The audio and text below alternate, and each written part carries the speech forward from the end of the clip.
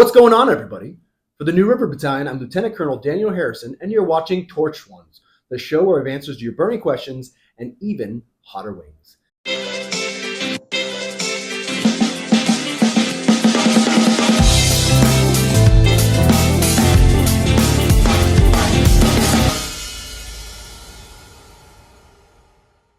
Today, we're joined by three of our seniors who I have had the privilege of observing over the last 5 semesters and who I am quite confident will make great future officers in our Army. John Patrick, aka Jack Carlin, was born in Baltimore, Maryland, but calls the city by the bay, aka the 415 or San Francisco home. Jack is the executive officer for Alpha Company in Army RTC, which is task organized as X-ray to train our freshmen, and he serves as both the regimental piper and the regimental historian in the Virginia Tech Corps Cadets. He has his heart set on becoming an active duty armor officer, and the armor part breaks my heart, but I suspect he'll do it quite well. He also apparently thinks Sabrina Carpenter is dreamy, so watch out, Barry Keoghan, he's coming for your girl. Raimundo Patrizio, or Ray, or sometimes Raymond Sastoque, ever after Ray Ray, was born in the Big Easy, New Orleans, Louisiana, but claims Charlotte, North Carolina as his hometown.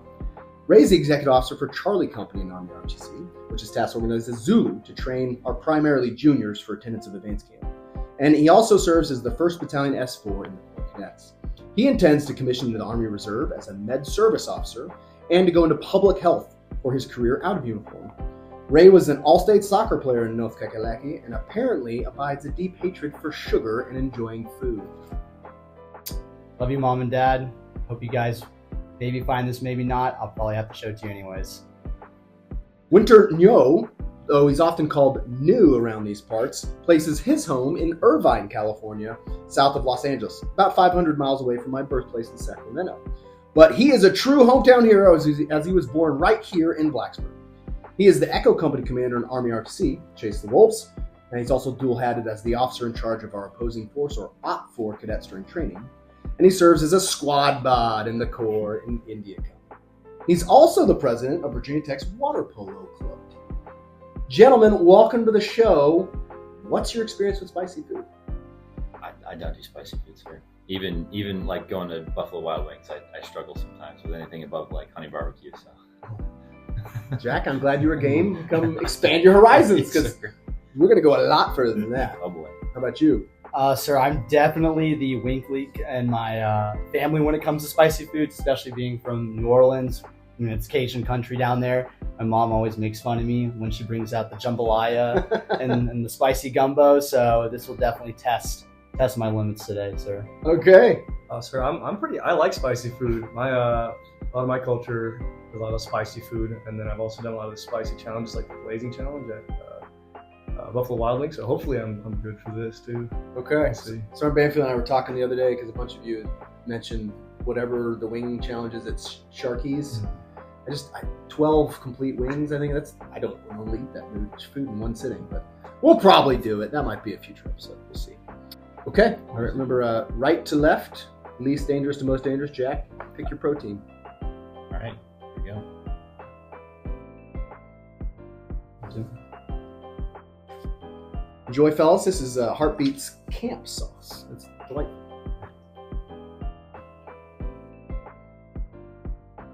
Okay, well, gentlemen, you all completed advanced camp this summer, and you were part of one of the most successful cohorts we've ever sent to that training event. What do you think was the key in preparing to go out and crush advanced camp and earn a quarter of the points available to you to get your component and branch of choice? Foundation, sir. Especially as X-ray Company XO right now, I'm really seeing a difference in the quality of training we're giving the MS1s and the freshmen now versus what I had. Frankly, it took until probably sophomore year to really get like the hang of things. And so ensuring that we as 4 trainers and even the 2s and 3s looking out for those younger freshmen, like giving them a good foundation, I think that'll help prepare them for sure. Sir, I think it's also discipline initiative, kind of going off of what Jack was talking about. I think everyone understands their role and tries to do the best they possibly can. I think the culture also with the New River Battalion has also improved these last couple of years, especially coming from a 1 all the way now to a 4.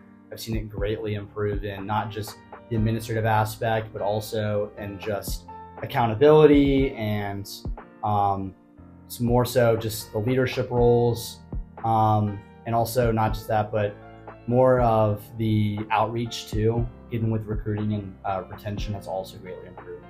Okay. I agree with both Jack and Raymond. I think from the past, when I was a freshman at least, morale at least, and the motivation to work a lot harder has been more prevalent among the upperclassmen. It's been definitely, at least the trainers, even the out four, the fives, fours, fives, all want to work hard to make sure that the twos and threes and ones get the training they need. Definitely prepares them for camp. Yeah. You said some key things there: systems, processes, and engaged leadership. That's what I would sum all that up as. And to your point, that's what great organizations have. Good culture, because they've built a positive climate that allows people to operate using discipline initiative. So absolutely. Sir, we're approaching an election, Mhm. and I'm wondering, as a career officer, do you have any advice for incoming officers on how we should approach being on active duty while also wanting to express our political beliefs? I'm a huge proponent, and even in the Corps Cadets, like I make sure that when I'm in uniform, I don't comment on anything. Like we wear a uniform, we represent an organization that's supposed to remain apolitical, but I understand, given what we've been taught in MS class, that active duty personnel have a lot of restrictions on what they can express. Do you have any advice for us on that? Sure. So let's peel the onion back a little bit. One, there's obviously the legal basis for what you can and can't do. And to your point, we are given incredible power to make decisions to protect freedoms. So because of that, we have to be apolitical as service members and especially as commissioned officers. So that is part of our duty, not just something we should do. The second half is, I hope most people could realize, you can disagree with someone on a fundamental basis about things, still have respect for them and treat them like a human being. I wished more people could remember that at the beginning and the end of their conversation, and not maybe just in hindsight. But you should approach it understanding you've probably got a diverse population with opinions varying on every issue, and none of that matters because you're all here to accomplish a mission. So you stay mission oriented, you don't talk politics, you can have your personal opinions, you can share them in confidence with certain trusted people, but you never want to, breach anyone's trust with that. And I would recommend, frankly, just don't talk politics with your soldiers ever. And it keeps you out of trouble. Is that helpful? Yes, sir. Very much so. But at the end of the day, you also hit on a key point, which is we still have the right to participate in the political system. Absolutely. So know the rules, read the Hatch Act, know what the restrictions are. And then if you choose to exercise those freedoms that you have, do it wisely. Yes, sir. Yeah. Okay. Let's kick it up a notch. It's going to be fun. Hey, Sergeant Major Guthrie contributed this sauce. We've got a couple of these that are hand grenades, but this one actually has a little bit of kick to it. It's called Shock and Awe. I hope you enjoyed it as much as I do. Cheers.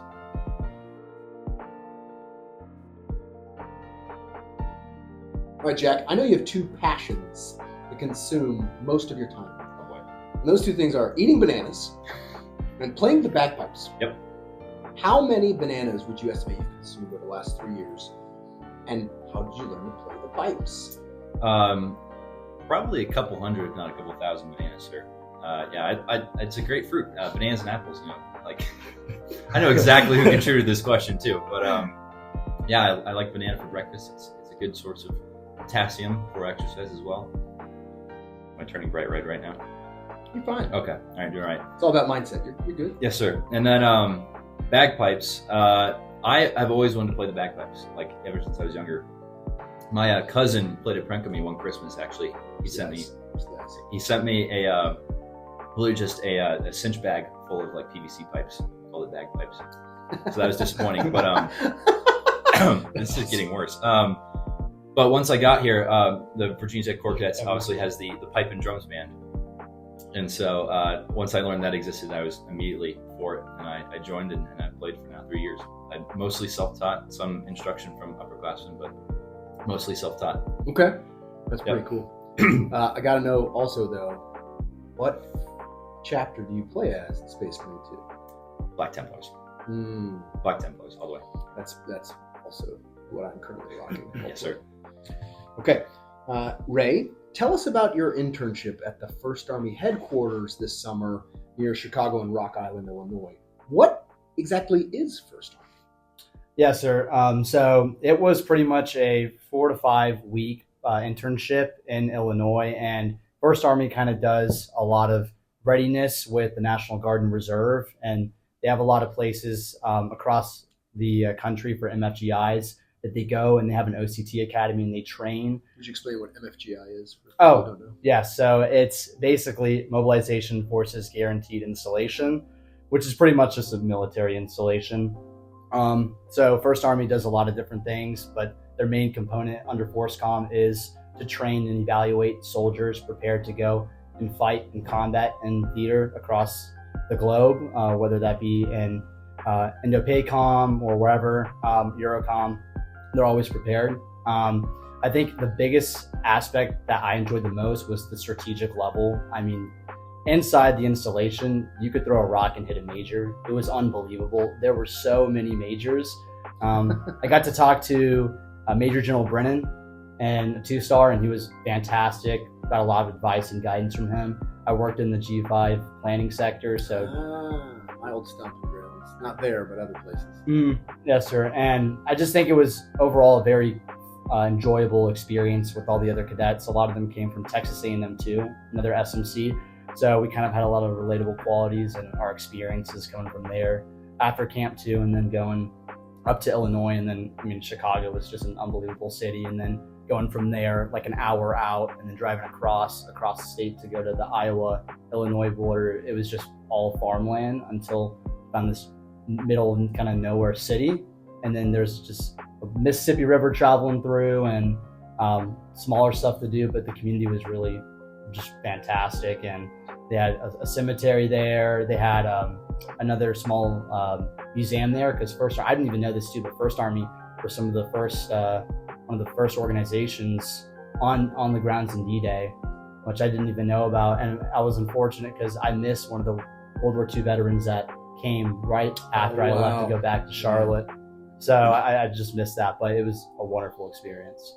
Jack and Winter, you both did CTL2 this summer with very different types of units at very different installations.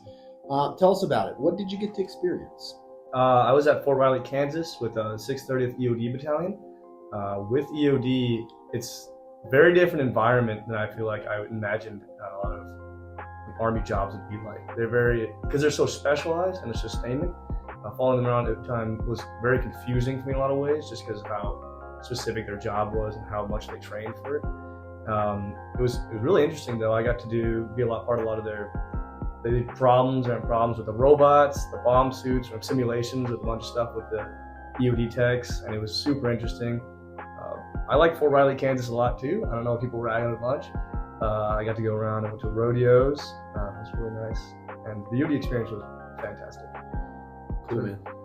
All right, let's do this. This is Booberry. This is from Fermented Fire in Roanoke. I'm actually interested in this. It's pretty cool. Now we've featured their sauces a couple times. Enjoy.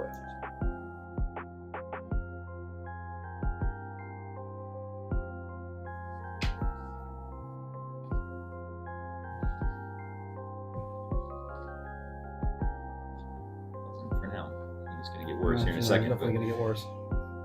Winter, you're the president of the water polo club. Yes, sir. But you hate swimming. How is that possible? This has always been a point of contention for me since I started the sport. They would make us swim. I think the worst I've ever made me swim was 400 laps of swimming. But to start water polo, you had to do that for the year. But it was never. I like the sport because it's really competitive. You're with a team. The teamwork effort is amazing to me. I like being able to throw a ball really hard at the goal. But I do not like the process of going back and forth in the pool to get to where I'm supposed to be. And that's really the biggest thing. It's just too much effort. My shoulders hurt. I feel like that'd be like playing soccer, but you hate running. That blows my mind. But all right, fair enough. Good, Jack. I get hiccups when I eat spicy food. It happens to the best of us, my friend. Okay, Ray and Jack, you both think sandwiches are superior to sushi. Winter is violently opposed to this position. So, what makes a great sandwich, and why do you prefer sandwiches to sushi? Well, sir, I would say with sandwiches, the variety. I mean, you can do honestly anything. You can do Italian, peanut butter and jelly, tuna. What else am I missing here? Ham and cheese. Ham and cheese. Classic. It's my son's favorite. Different types of jam. Oh wow. Different types of bread. I feel like sushi's a little bit more one-dimensional.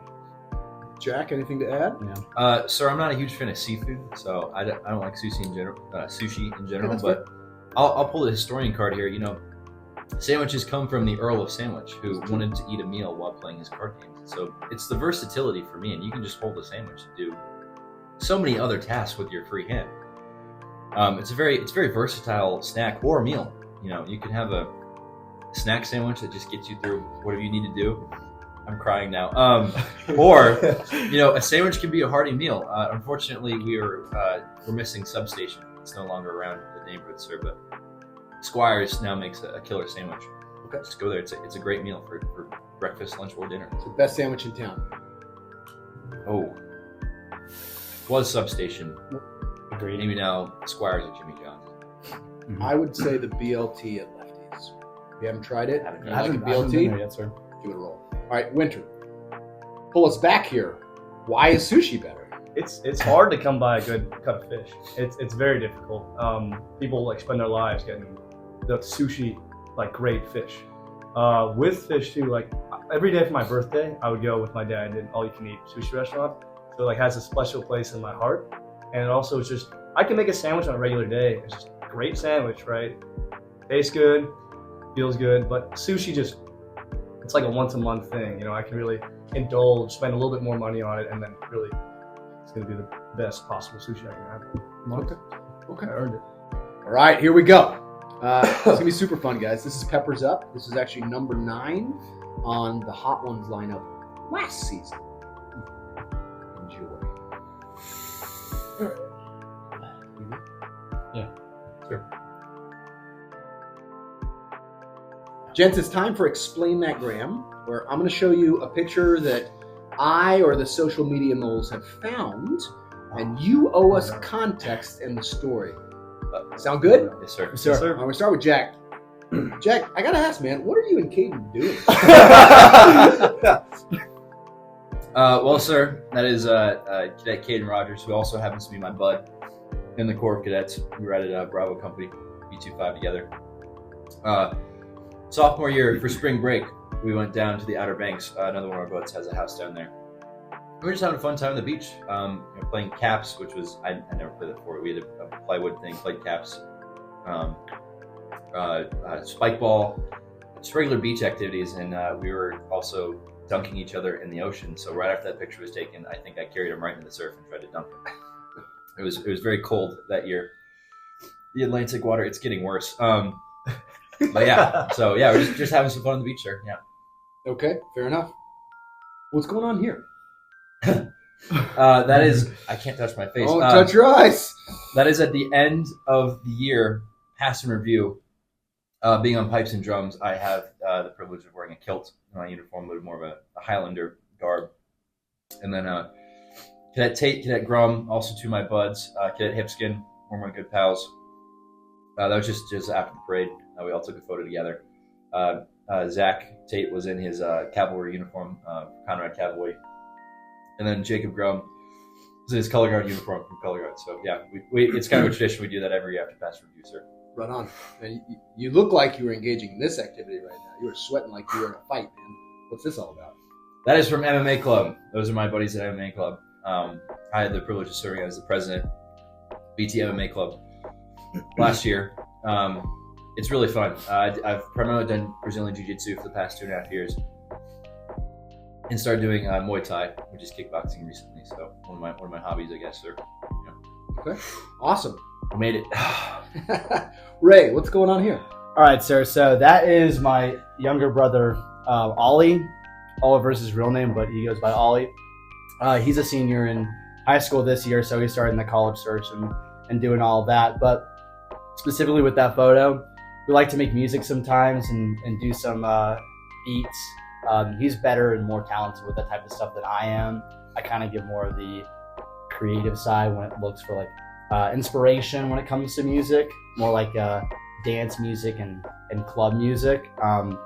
He's very good with, he has like this electronic piano, this Yamaha piano that he got from Goodwill. And he said, hey, do you want to start making beats? And I was like, oh, let's do it. Why not? So I've always been kind of fascinated with that. I've got a friend, and he DJs at Miami of Ohio, and he kind of got me interested in that. So I was like, all right, we'll try it out. It's just a side hobby, but it is pretty fun. We do some little small activities in there with some music. In the background of that photo, just want to briefly touch on that. That is Lane Stadium. It's a tapestry. Also got that at Goodwill. I'm an avid thrifter. I love thrifting.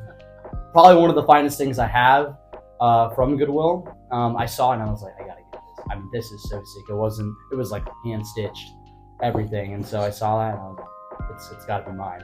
$5. Very cool. Bargain. This looks like what you were talking about earlier, but you can explain where you were and what you were doing? Oh, yes, sir. So that is in the 1st Army headquarters lobby. They kind of had this layout. Like I previously mentioned, the World War II era and that aspect and the influence that 1st Army had. And the European theater was pretty significant, and they just had a lot of memorabilia out there. And they had this display board with kind of their mission and then the historical pictures and where they are kind of currently right now. And the gentleman in that picture, he is a 68 whiskey priory. He actually goes to Texas A&M, Rodrigo de Sousa, Cadet Rodrigo de Sousa. He was fantastic, great guy. He was a, oh gosh, I think. Yeah, he actually was a part of the Brazilian military prior to immigrating to the United States. And he has 2 kids currently right now and a wife. So kind of learning from him and his dynamic. I was told that there was another person coming into the G5, and I was like, oh man, this is going to be great. And then they said, oh, he's turning 30 something next week. And I said, I just turned 21 on July 25th. Are you serious? And it was just really funny because, you know, when we were done with the duty day, we would go out and eat, and sometimes we're like, no, I gotta go talk to the wife and kids. And we're like, hey, we understand, you do you, you know. And yeah, great guy though. All right, last one, Ray. What are you wrestling? Oh gosh. All right, there's a lot of history with that one. I'm gonna expose you a little bit. Okay. No, he was in holding company. Actually, we all got brought over to holding company. This summer. Yes, sir. At the end of advanced camp, and my mom and dad were gonna come and sign me out because they wanted you to sign out of holding company to actually depart from Fort Knox, and we're saying, okay, that's fine. And I see him there, and we were thinking logically, like, if I can sign him out at least for the day, then he can just come hang out with me in Louisville, and we can have a great time and go out in the town with my family and just kind of enjoy that period of time. And then we found out that he could actually leave with me, and we could go to the airport after. So we just decided, you know what, let's just bring him along. So my mom signed out for winter as well, and he didn't have to stay in the dreaded holding company that I heard a lot of stories about. And then that afternoon, I should say, we went to the what was it called? The Churchill Downs. I was about to say the Belmont Stakes in New York. The Churchill Downs, and we did a tour there. It was unbelievable. Just all the stands that they have, and they do a variety of events throughout the entire season. It was lovely grounds. I mean, we got to see all like where they keep the horses in the stables and the jockeys and the history of the Kentucky Derby, and we got to do like a horse racing simulator too. I beat Winter, not to flex, but that was a pretty good experience. And of course, like the food in Louisville is unbelievable too. Yeah. It kind of reminded me of a blend of Charleston and New Orleans a little bit, going back to that Cajun food, and I'm sure you appreciated the food too. Fantastic. Great time. I did not get to visit, but I did fly over it on the flight when we promoted Major Spadini. So that was kind of cool. Yeah. Mr. Calvert knew the area really well. He's pointing stuff out. It was going. And of course, you know who knows Louisville pretty well as well. The PMS, because he was the PMS when he was a lieutenant colonel at University of Louisville. Mm-hmm. Awesome. All right. Winter. What's going on? That is me in Fort Riley in a bomb suit. When I was there at Fort Riley, the battalion was doing a platoon changeover, so they weren't doing much actual physical, like blowing up the EO ordnance at least. So I'll win the PL because he wasn't doing much stuff. He was doing a lot of paperwork, a lot of DTMS, a lot of G Army. He kind of pawned me off to the enlisted guys to see what the enlisted guys were up, because EOD techs themselves do more in the enlisted side than the officers do, because they're the one handling actual problems. Which problems, if I didn't explain earlier, are the ones that they'll have a simulated ordnance device and they'll find a way to dispose that ordnance device and create a situation where they would have in a real situation, like real live situation. But they said one day, it was like the first week, they said, why don't we put the cadet in a bomb suit and they can do the bomb suit test? And I said, I would do it. I think it consisted of, the bomb suit's really heavy. It was really hot during the summer. It was like 95 degrees or something like that. And I got in the suit. They have little comms. They have a little cooling fan too for your face. I did a couple rolls. I turned over a bunch. They helped me hold ammo cans, run around the complex a little bit. It was really great. You know, I felt it was not simulated what they would be doing in an environment, but they do it for hours, and this is only the baseline test. So that was really cool. Yeah. All right. Do you guys remember when this was taken? Oh, yeah, I do. By the way, Josephine Rhodes is photobombing in the background there. So what was going on there? I think it's a football game. Wake Forest, right? Wake Forest game. Yep. Me and Raymond are in the back, just cheering on the team. And I don't remember who took the photo, but I think we pulled him over, and then Was it Matty Jurich? it might have been, I don't know who it was, but we pulled him over and we said the photo of us two, because we do hang out a lot in our personal time as well, just like, yeah, Friends, but you might that's say. friends. Yeah, friends. We you might might be say, friends. There is a term for that. There's a I think term I've for heard it that. once or twice. Maybe friends, but it was a good photo. Very cool. Right on. All right, close us out, man. What's going on here? Oh, that's that is the Google campus in Northern California. That is my best buddy from home. I show you this video, Mike. What up, Mike? What up, Mike? But it was his birthday. It's Big 21. Because he's my best buddy, his family took me on a trip to Northern California just to tour like Napa Wine Valley and just like the Silicon Valley area. It was really good. We got to just go around. His family brought me out to dinner. Got to celebrate his birthday visited a bunch of wineries. Had some great tastings. It was fantastic. Went to visit San Francisco as well. Very fun city. Jack probably knows that. Yeah. Know more about it than I do, right?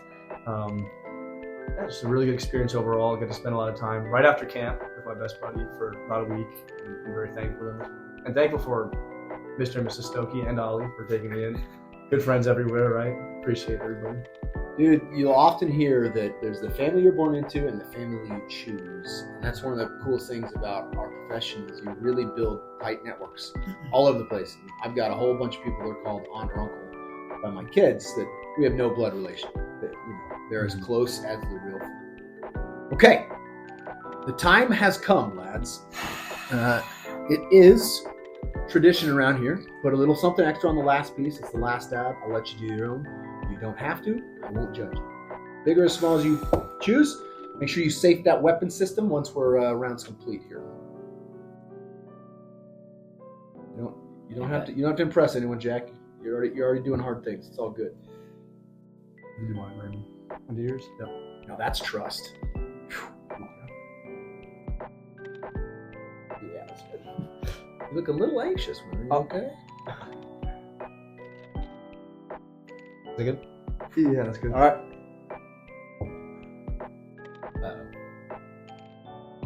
Here we go. All right, gentlemen. I wish you the best of luck. Godspeed. See you on the high ground. Cheers. Cheers. Ooh, almost the milk. That would have been a disaster.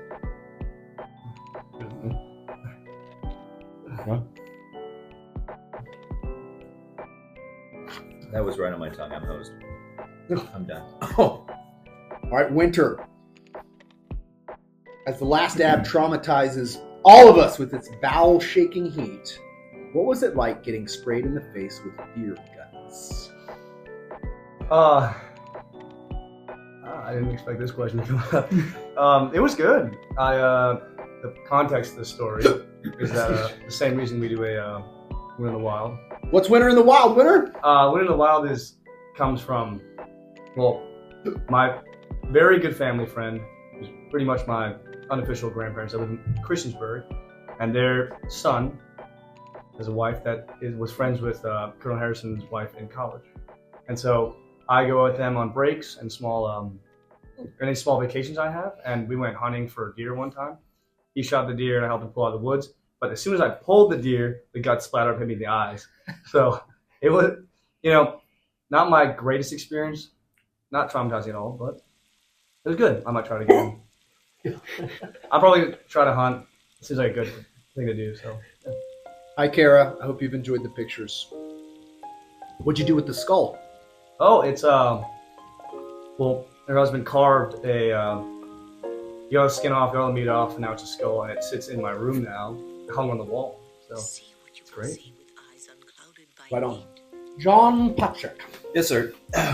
Why was your nickname Puppy in high school?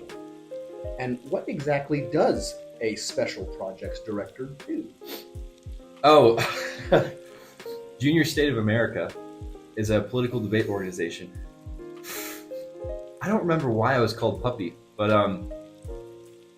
Junior State of America, nationwide organization. They do political debate. So I'm gonna drink some milk first. Sorry.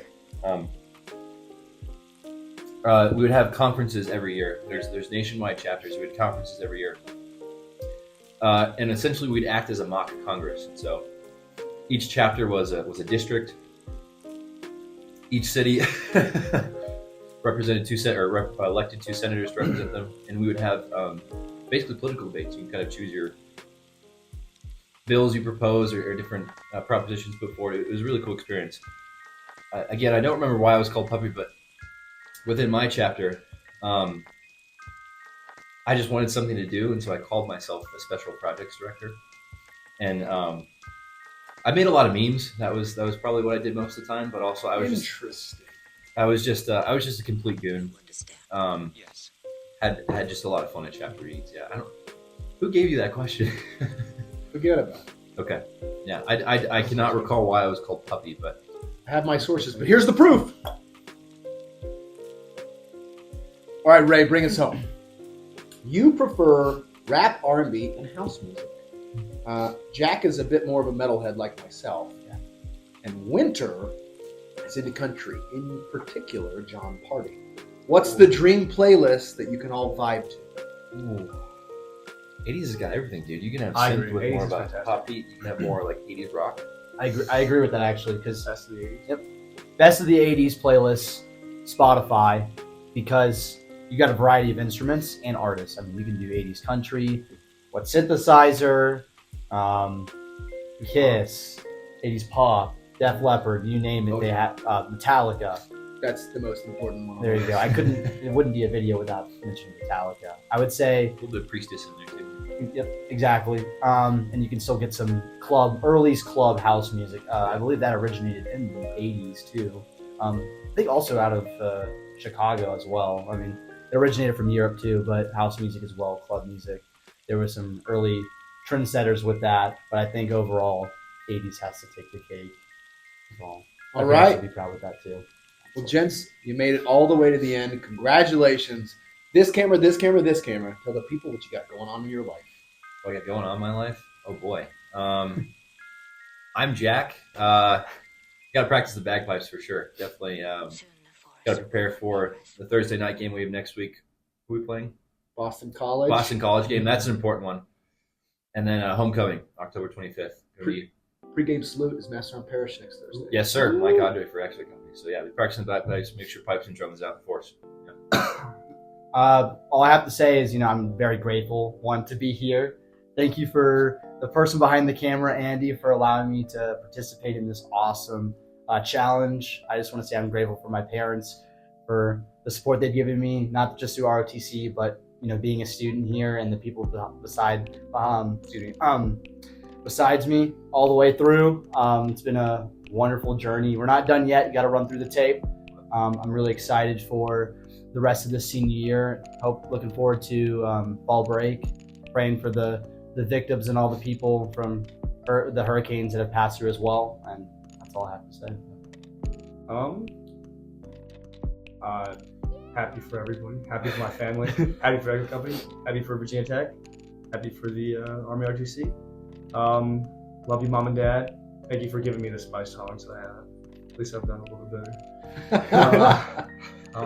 Last thing, water polo championship. Oh yeah. In Blacksburg next weekend, or weekend after fall break. We'll hopefully win. But chase the wolves. I love Echo Company as well. Awesome, guys. Appreciate you coming. Hope you guys enjoyed that as much as I did. River Forge.